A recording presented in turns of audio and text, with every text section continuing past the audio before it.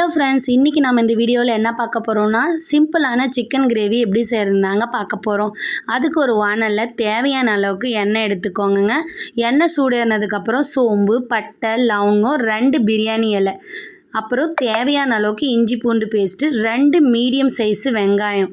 இப்போ இதை நல்லா ஃப்ரை பண்ணிக்கோங்க பொன்னிறம் ஆகிற வரைக்கும். அதுக்குள்ளே நான் 3 மீடியம் சைஸு தக்காளி எடுத்திருக்கேன். 3 மீடியம் சைஸ் தக்காளியும் இது கூட ஆட் பண்ணிக்கோங்க.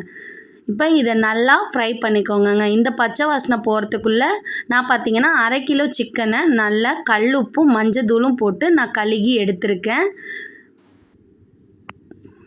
இந்த கழுகி எடுத்த சிக்கனையும் பார்த்திங்கன்னா அது கூட ஆட் பண்ணி நல்லா மிக்ஸ் பண்ணி விட்டுக்கோங்க.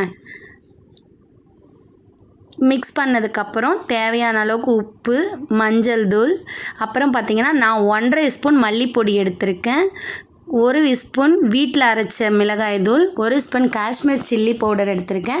தேவையான அளவுக்கு எவரெஸ்ட் சிக்கன் மசாலா நான் எடுத்திருக்கேன், கொஞ்சமாக ஆட் பண்ணிக்கோங்க. இப்போ இது எல்லாத்தையும் மிக்ஸ் பண்ணி ஒரு 10 மினிட்ஸ் பார்த்திங்கன்னா நான் வந்து மூடி போட்டு வேக வைக்கிறேன். தண்ணி வேணுன்னா ஆட் பண்ணிக்கோங்க, வேணான்னா விட்டுருங்க. தண்ணி ஆட் பண்ணிங்கன்னா கொஞ்சம் சாப்பிட்றதுக்கு நல்லாயிருக்கும் ரைஸுக்கு. நான் வந்து தோசைக்குன்றதுனால நான் வந்து தண்ணி ஆட் பண்ணல. இது பார்த்திங்கன்னா இட்லி, தோசை, சப்பாத்தி, அப்புறம் பார்த்திங்கன்னா இடியப்பத்துக்கும் நல்லாயிருக்கும். லாஸ்ட்டாக ஃபைனலாக நான் வந்து பெப்பர் போட்டுக்கிறேங்க. பெப்பர் போட்டு நல்லா மிக்ஸ் பண்ணி எடுத்துக்கோங்க. பாருங்கள், நல்ல சிக்கனில் மேலே எண்ணெய் நல்லா தேளி வருது. இப்போ தோசையும் ரெடி ஆயிடுச்சு. இப்போ தோசை கூட சிக்கன் வச்சு சாப்பிட்லாம்.